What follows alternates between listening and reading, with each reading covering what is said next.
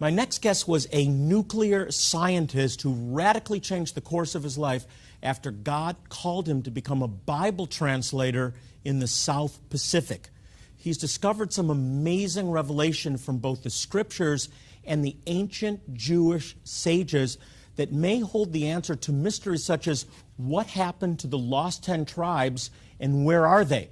And was the founder of America, Christopher Columbus, a Jew? Please welcome the director of South Pacific Island Ministries, author and biblical scholar, Victor Schlatter. Victor, welcome back to Jewish Voice. Good to see you again. Been a long time. Have a seat. You're a linguist, you're a Bible scholar, and you've made some amazing discoveries. I want to talk about the lost 10 tribes because it's a theme that really interests me personally. We've been finding Jewish communities around the world that claim to be descendants of the lost 10 tribes. Where did they go? Where are they? These forgotten ones, basically in the third world these days and all the way across the southern hemisphere. Well, the seed of Israel, truly scattered. Talk about the legend of Papua New Guinea. I think that's fascinating. Right. Papua New Guinea, as I said, 800 tribes. Now, they're all different, but the Highlands tribes probably have a lot in common.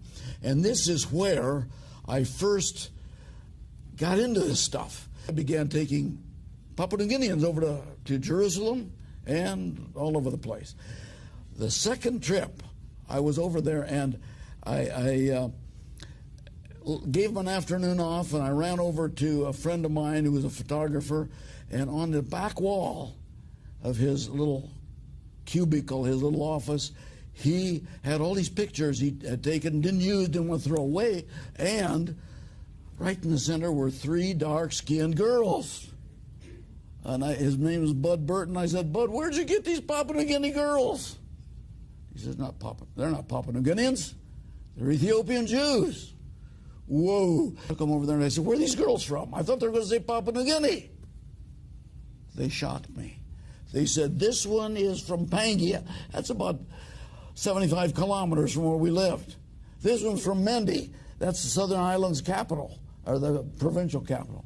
So they recognized them? They look the facial features. You could tell them they're different, but I wasn't born here, but I could tell a lot of them. And then this third one, we don't know. We don't recognize her. She must be from the coast. Anyway, I said, look, you guys, these are 3 daughters of one father born in Africa, and her father brought them to Jerusalem last year. And that's where he got the picture. And then he started telling me our ancestor was Avram Pamu. Now, you know, B and V are interchangeable in Hebrew. Avram, that's Abram Pamu. I didn't know what Pamu was at the time. I found out later. Ramu. It's Ramu, and it means exalted. Added Ham, Avraham, exalted father of many nations. He told us not to steal, not to kill, not to take somebody else's wife, not to tell lies, but the white man came and we forgot all this. All the way to Papua New Guinea. You talk in your book about Exodus 13:18 says, so, which I'll read, and you have retranslated it. Exodus 13:18 says, so God led the people around by the desert road towards the Red Sea. The Israelites went up out of Egypt armed for battle. That's what the English says, or there's about 10 translations. And the English translators said armed for battle. This word, hamushim, means fortified with some moral tenet, fortified with loyalty, fortified with excellence, equipped with honesty, that's what the meaning of the word is, and only one means equipped for battle. That's the one that the translators picked, but that's not the one the sages who know Hebrew picked. They picked a variation of that word. It's a variation of hamesh, 5. I am is plural. The plural of 5 in the thinking is 50, or also 20%, 1/5.